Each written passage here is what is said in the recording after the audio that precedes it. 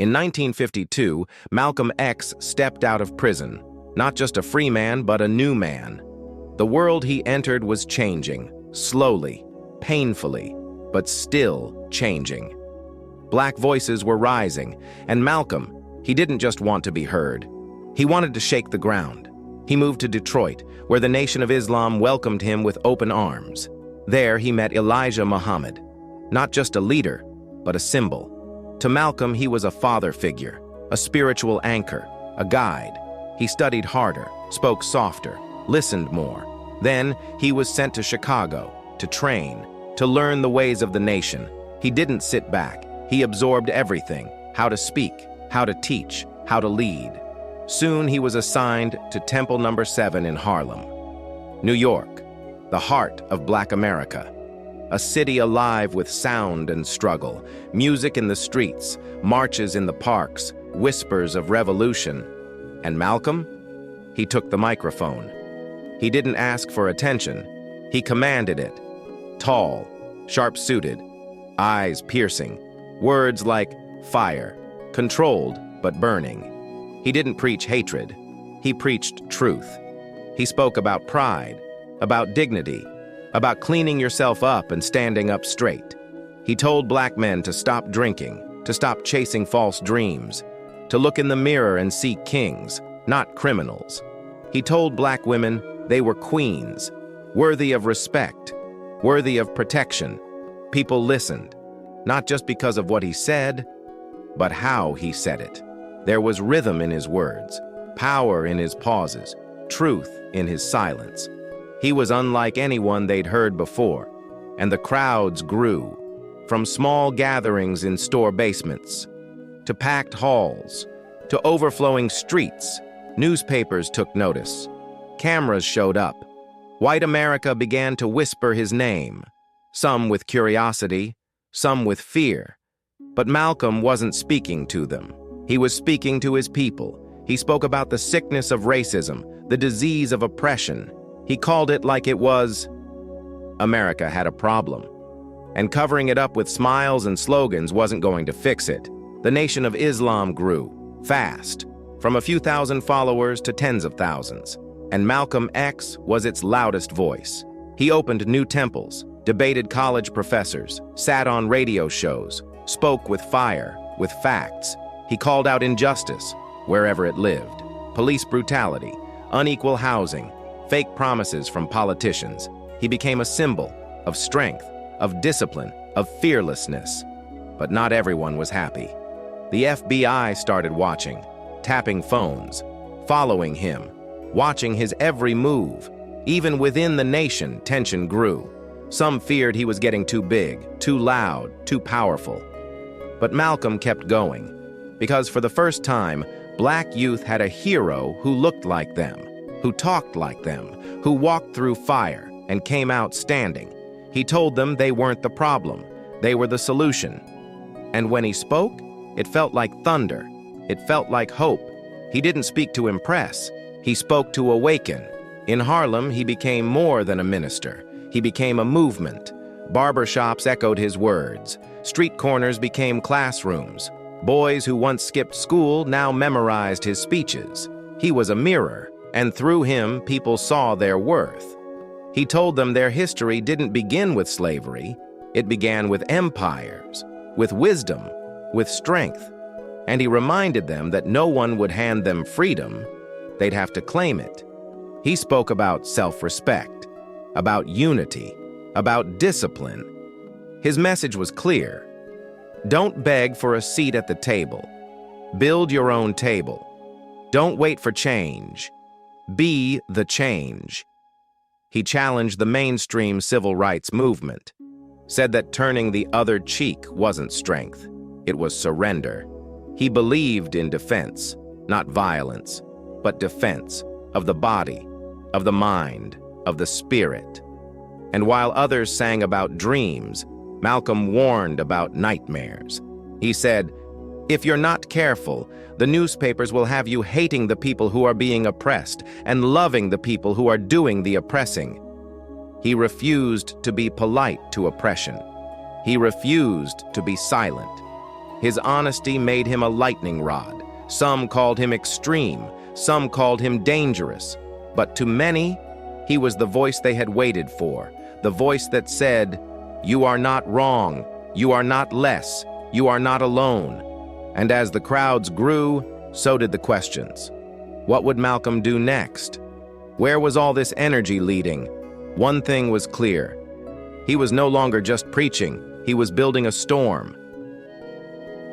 By the early 1960s, Malcolm X had become a national figure.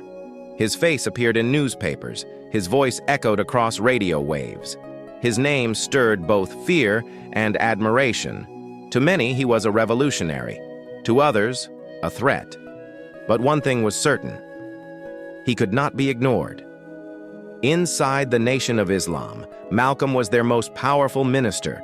He drew crowds by the thousands. He converted soldiers, students, celebrities. Temples opened across the country. Numbers grew, so did Malcolm's influence. And that became a problem. The nation had rules, strict ones. Ministers were not supposed to outshine the messenger. But Malcolm's star was rising, fast. He remained loyal. Publicly, he praised Elijah Muhammad. Privately, he began to question. Whispers started to reach him. About Elijah, about children, about secret affairs. At first, Malcolm didn't believe them. He refused to. Elijah was a man of God, a man who had shown him the path. But the whispers grew louder. They became letters, then testimonies, then confessions. Malcolm was shaken, not just as a follower, but as a man. Truth had been his weapon, his shield, and now he was being asked to look away. He couldn't. Still, he stayed quiet, loyal, until November 1963. President John F. Kennedy was assassinated. The entire nation mourned. Even leaders of the Nation of Islam were told, "Say nothing." But Malcolm did speak. He called it the chickens coming home to roost. Not a celebration, but a cold observation. He meant that America's violence had finally turned inward. But the media twisted his words. They painted him as cruel, unpatriotic, insensitive. The backlash was swift. The nation suspended him. Publicly, embarrassingly, Malcolm took the punishment in silence. But inside, a storm was building. He began to see the cracks in the movement, in the leadership, in the message. And he started to wonder, had he outgrown the nation? He still believed in the mission, still believed in black power, in self-respect, in truth. But he also believed in integrity.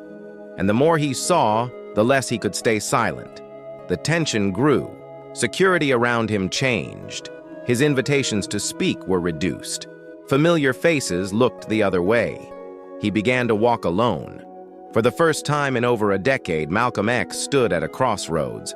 One path led to comfort, to silence, to loyalty without question. The other, it led to truth, even if it cost him everything. Malcolm chose the second path. He began speaking differently, not just louder, but wider. He started engaging with people outside the nation, civil rights leaders, journalists, activists, even some white allies. He challenged himself to listen, to broaden his scope, to see that the struggle wasn't just about black versus white, it was about justice versus injustice. And that shift, it changed everything. He founded Muslim Mosque, Inc., his own organization, independent, focused on black empowerment, yes, but also spiritual truth and global awareness. Then, he left the country. He traveled to the Middle East, to Africa, to Mecca. He walked where prophets had walked, prayed beside men of all colors, ate with strangers who embraced him like a brother. He saw Islam not as a weapon, but as a bridge. And in that sacred pilgrimage, Malcolm experienced something profound. He wrote letters home, full of reflection, full of light. He spoke of unity, of peace, of transformation. When he returned to America, he was not the same. He still spoke with fire, still named injustice, still refused to bow. But now, there was softness in his tone, balance in his anger, hope in his message. He said, "I'm for truth, no matter who tells it. I'm for justice, no matter who it's for or against." It wasn't compromise, it was evolution. But not everyone welcomed the new Malcolm.